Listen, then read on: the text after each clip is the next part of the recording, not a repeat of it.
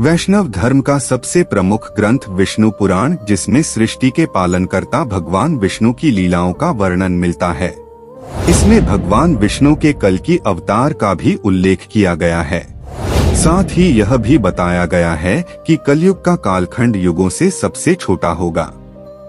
विष्णु पुराण में कलयुग का वर्णन करते हुए कहा गया है कि कलयुग में पाप इतना अधिक होगा कि सृष्टि का संतुलन बिगड़ जाएगा। संतुलन ना बिगड़े इसके लिए इंसान को समय समय पर चेतावनी भी दी जाएगी, लेकिन वह उनको अनदेखा भी करेंगे। पुराण में लिखी बातें हर दिन आपके सामने गुजरती जान पड़ेगा और मनुष्य की आयु के बारे में जो बातें इस पुराण में कही गई उसे जानकर तो आप हैरत में पड़ सकते हैं। विष्णु पुराण में बताया गया है कि मनुष्य की आयु सीमा धीरे धीरे घटती जाएगी और अंत में मात्र यह 20 साल रह जाएगी। छोटे छोटे बच्चों में बढ़ रही गंभीर बीमारियां, वायरस और घटती आयु सीमा क्या इस तरफ इशारा नहीं कर रही है कि एक समय ऐसा आ ही जाएगा। कलयुग में लोगों के बाल अल्पायु में ही सफेद होने लगेंगे और 12 वर्ष की अवस्था में ही लोगों के बाल पकने लगेंगे। पुराणों में बताया गया है कि चालाक और लोभी व्यक्ति को कलयुग में विद्वान कहे जाएंगे। ऐसे लोग ही धर्मात्मा भी कहलाएंगे। शास्त्रों और वेदों का पालन कोई नहीं करेगा। सभी धर्मगुरु अपने फायदे के लिए लोगों का इस्तेमाल करेंगे। वे ज्ञान की चर्चा तो करेंगे, लेकिन उनके आचरण राक्षसी होंगे। विवाह के बारे में लिखा है कि कलयुग में विवाह एक प्रकार का समझौता होगा। लोगों में एक दूसरे के प्रति समर्पण और सम्मान का अभाव हो जाएगा। आज जिस तरह से विवाह हो रहे हैं वो परिवार चलाने के लिए न होकर सिर्फ एक समझौते के लिए किया जाएगा। जो सबसे ज्यादा दहेज देगा उसका ही विवाह होगा। यह एक प्रकार का समझौता ही तो है। विभिन्न प्रकार के रोग, सर्दी, गर्मी, बरसात और ऋतुओं के परिवर्तन से लोग परेशान और दुखी होंगे।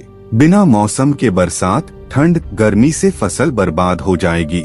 नदी, तालाब, जलाशय सब सूख जाएंगे। जल के बिना धरती फटने लगेगी और लोग बूंद बूंद पानी के लिए तरसने लगेंगे। किसान अनावृष्टि के कारण आत्महत्या करेंगे। इसलिए पानी बचाने पर ध्यान दें। कलयुग में जिस व्यक्ति के पास धन नहीं होगा वह अधर्मी, अपवित्र और बेकार माना जाएगा और जिस व्यक्ति के पास जितना धन होगा वो उतना गुणी माना जाएगा और कानून न्याय केवल एक शक्ति के आधार पर लागू किया जाएगा। व्यक्ति के अच्छे कुल की पहचान सिर्फ धन के आधार पर ही की जाएगी।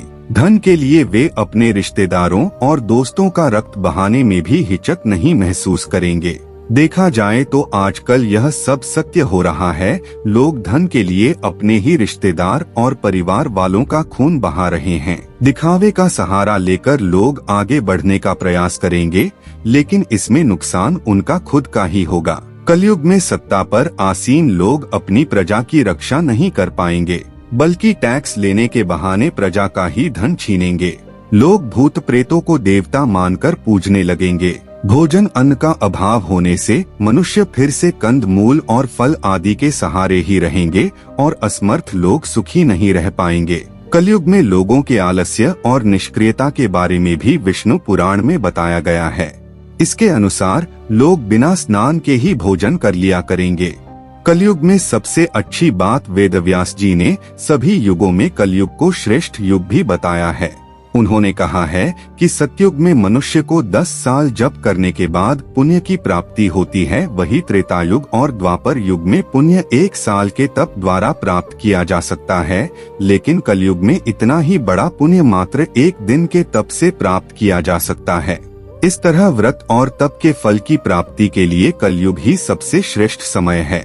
सच्ची भक्ति से मनुष्य ईश्वर की प्राप्ति कर सकता है।